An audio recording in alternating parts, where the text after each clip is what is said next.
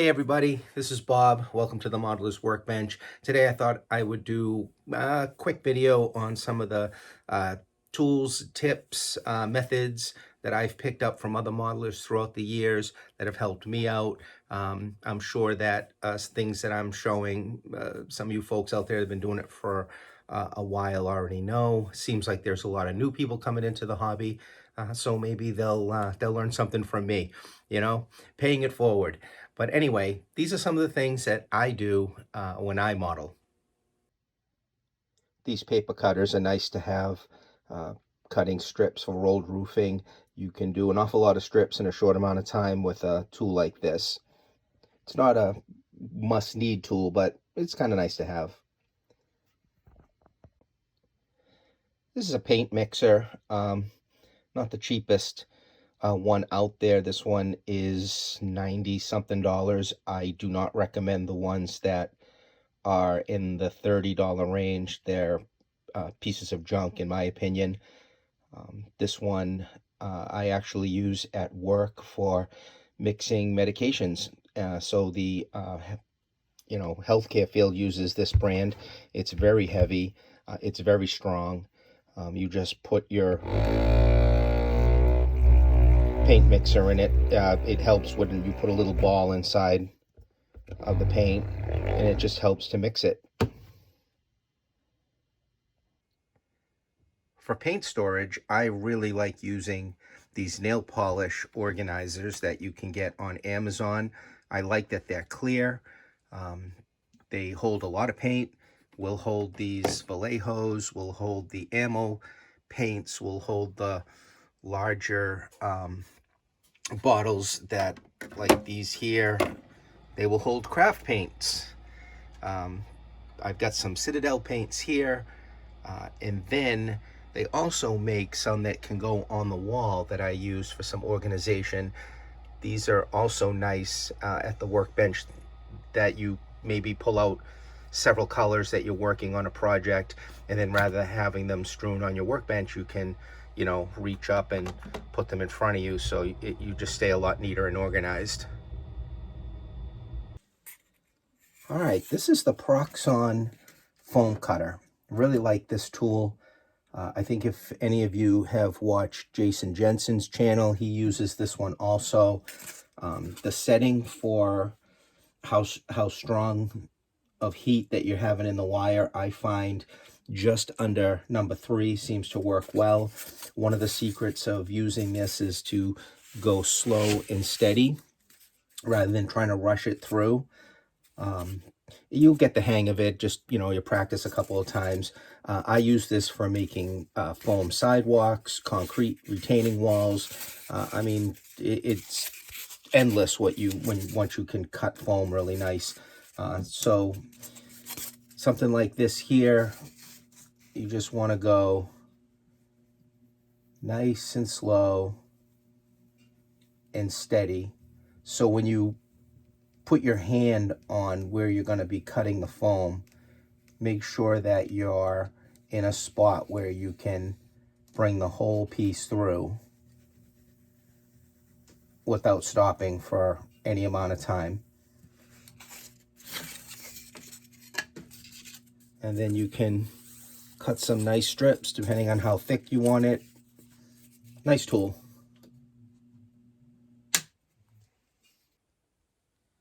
This is a great tool that I picked up at Rockler.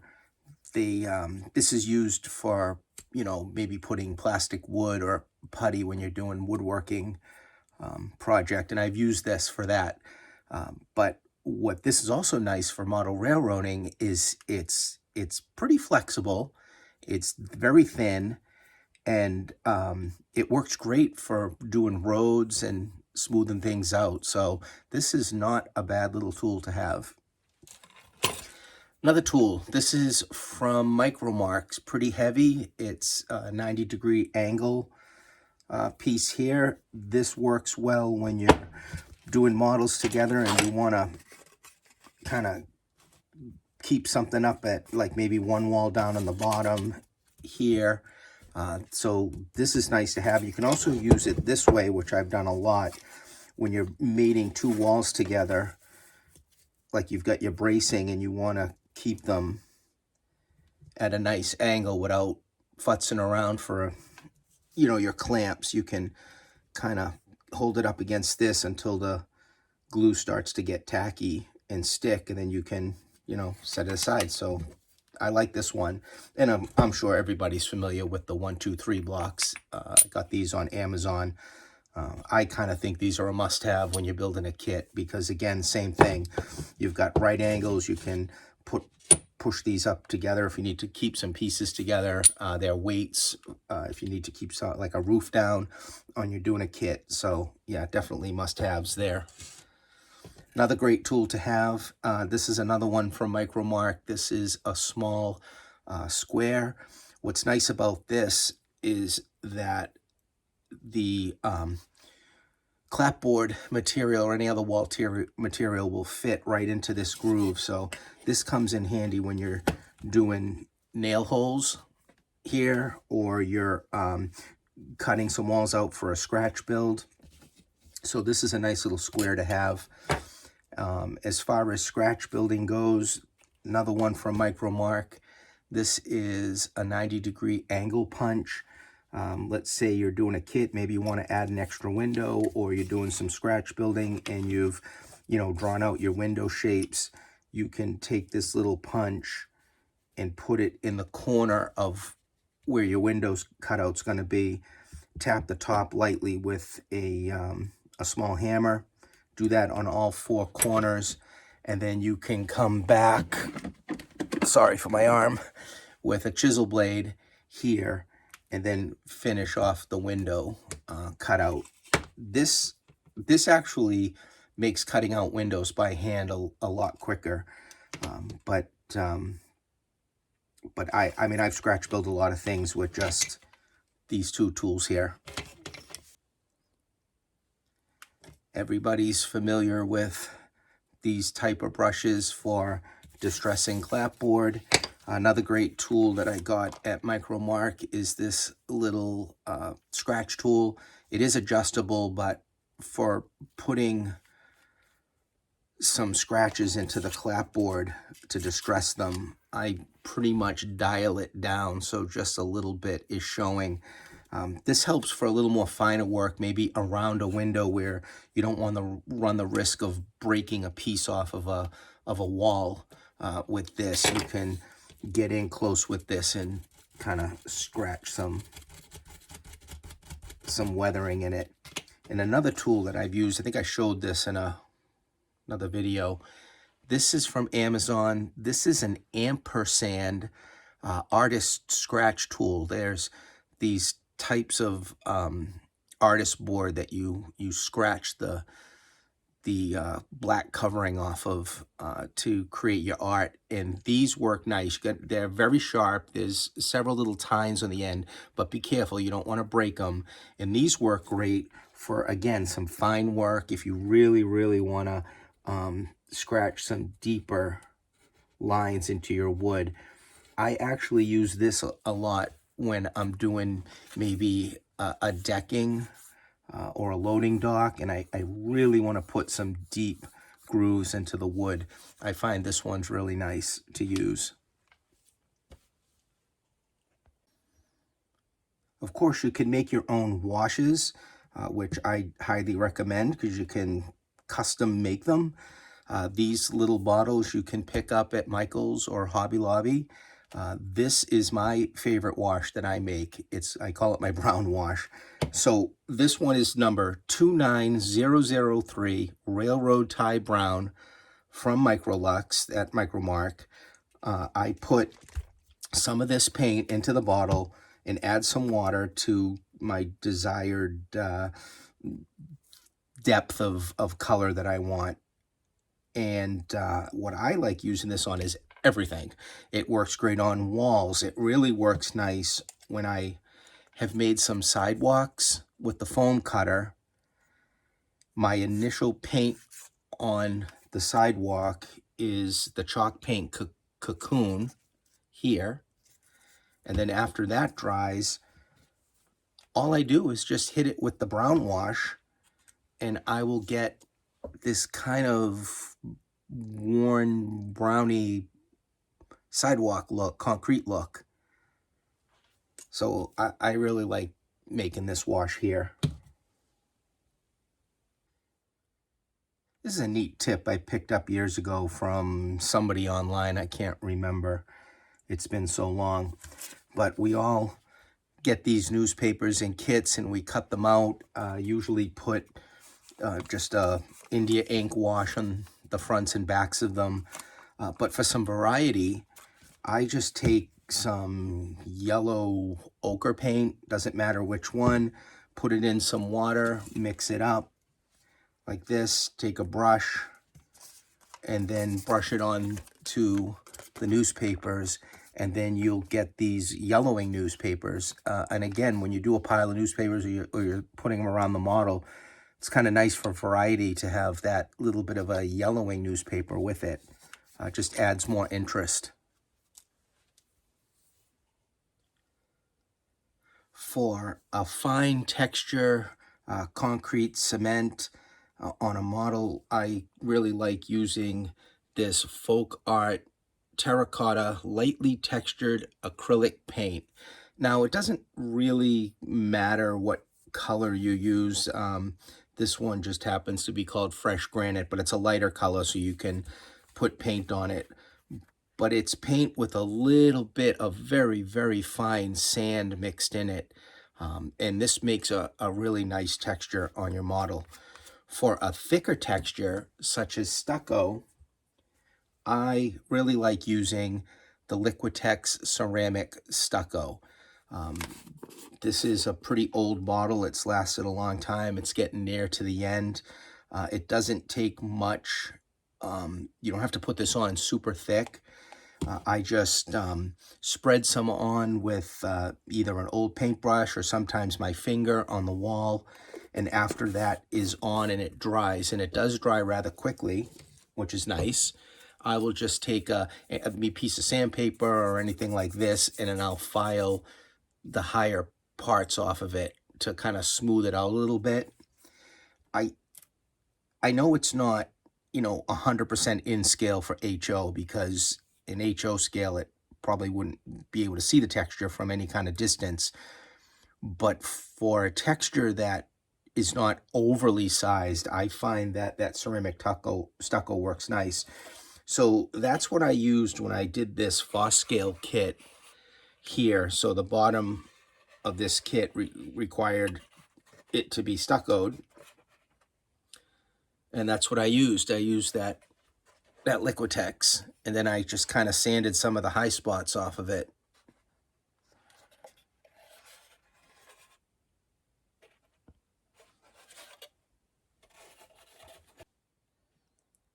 That ceramic stucco is also nice to use on the back of these style kits, where some of it, maybe you're going to see the back of this top roof part and it's plastic. It usually has mold holes in it.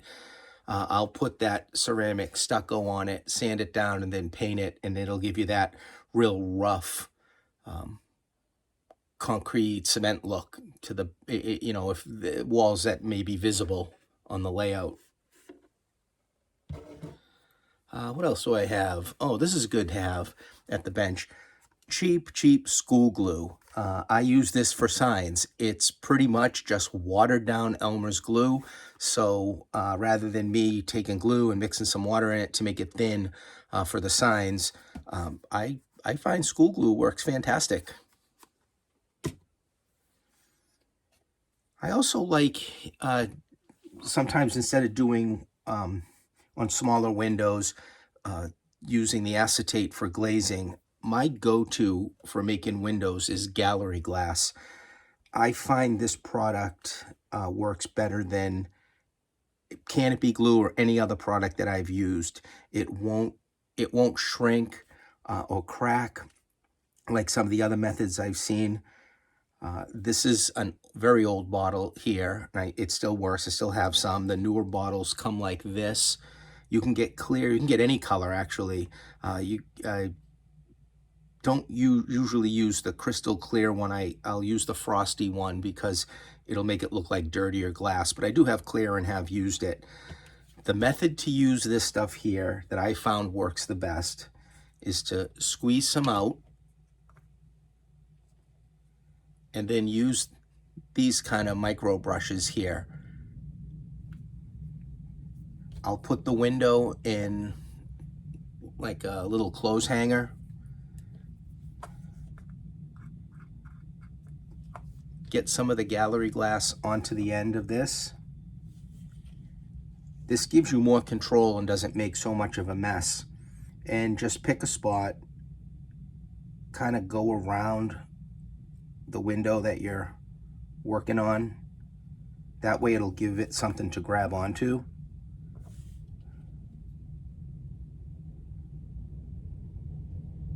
And just push it around. And you will fill in each individual pane.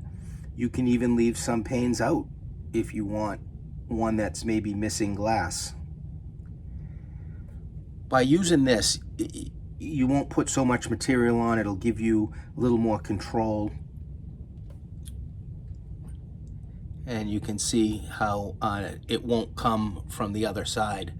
So it's not messy at all. And then just fill each one and let it dry, and you'll end up with that nice individual pane look of the glass.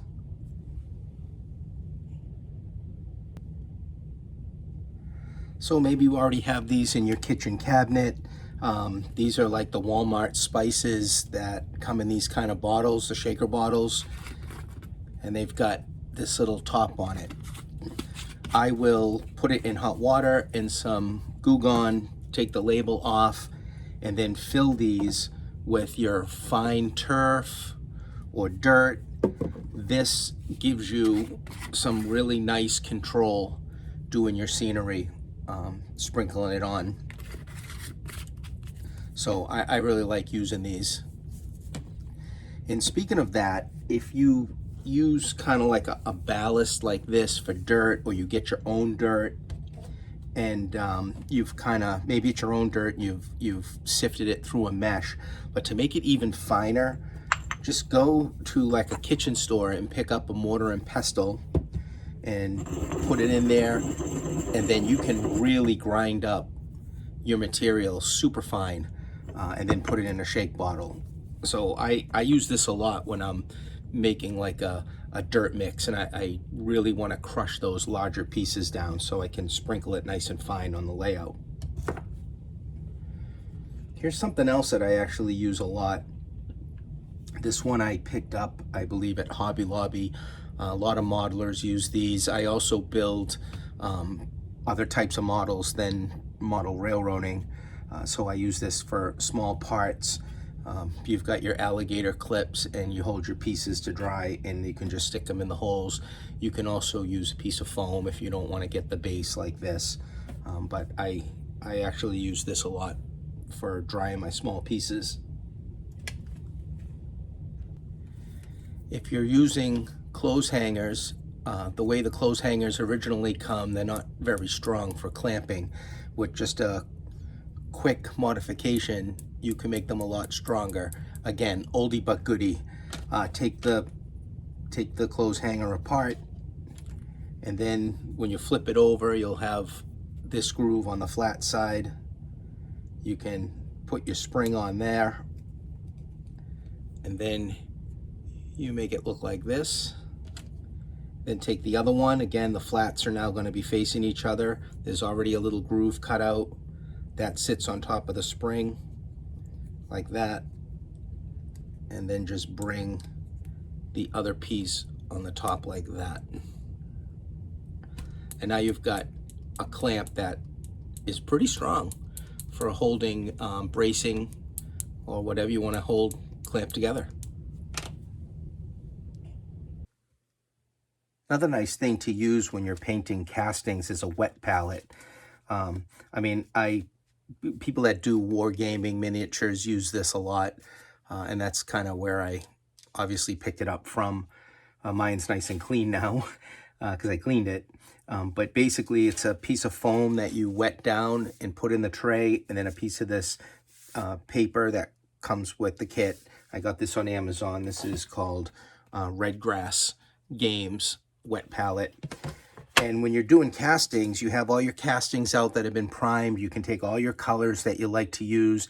And it's nice and more time effective if you put your colors down and like hit all the castings where you're going to put your red and then maybe your blue, and whatever color you do, just do that, and then your painting will go a lot quicker.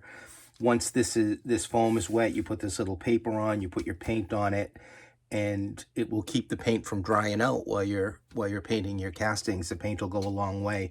If you need to step away, and actually I've stepped away overnight and the paint was still moist, you just put this cover on, and then you have a strap, and it has a seal on it, so it'll keep it tight.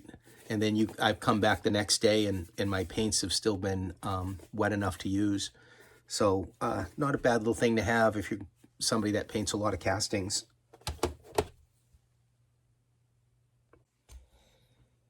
This is a neat tool for cutting thicker wood for maybe some thicker bracing that I seem to use a lot of on large plastic models that I need to make a lot stiffer on the back. I will go to Home Depot or Lowe's and pick up this type of wood, sometimes run it through the table saw to cut it in half, and it's still pretty strong.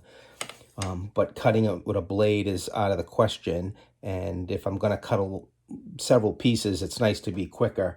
This is called a June Jip benchtop mini cutoff saw that I got on Amazon. It works well. Design-wise, it's a bit on the dangerous side because there's no guard on this blade, and the blade isn't started with a trigger pull. You've got to turn the blade on and then use it. I'll show you how that works. But you've got to keep your fingers away from it, or yeah, it's not gonna end well for you. But let me show you how it works. You turn it on the top, and then you can cut wood. I've even cut brass tubing with this, and it's worked quite well for that. But again, not the safest saw there is at all. So I have an area on the layout that is going to have a lot of sidings. I need to bring it up to the level of the cork roadbed, and what I found the most cost-effective way to do that was I went to Michael's and I picked up this cork roll, and it's definitely more cost-effective than ordering, cork roadbed sheets. And I'll be able to lay this out and glue it down, and it'll bring it right up to the height of the roadbed that the main line is on. One thing that I'm experimenting with on making a concrete road, is this Quikrete concrete patching compound that I picked up at Home Depot. I spread it with a putty knife, making it, as smooth as I could. And then once it was dry overnight, it will continue to dry and get harder, I found, as the days go on. I just made a sanding block with some heavy grit sandpaper, and then just sanded it down. And there's a spot here that I will put a thinner coat on because it was a little rough, but the spot where I took my time and made it a little smoother, man, it looks just like real concrete road, probably because it's concrete.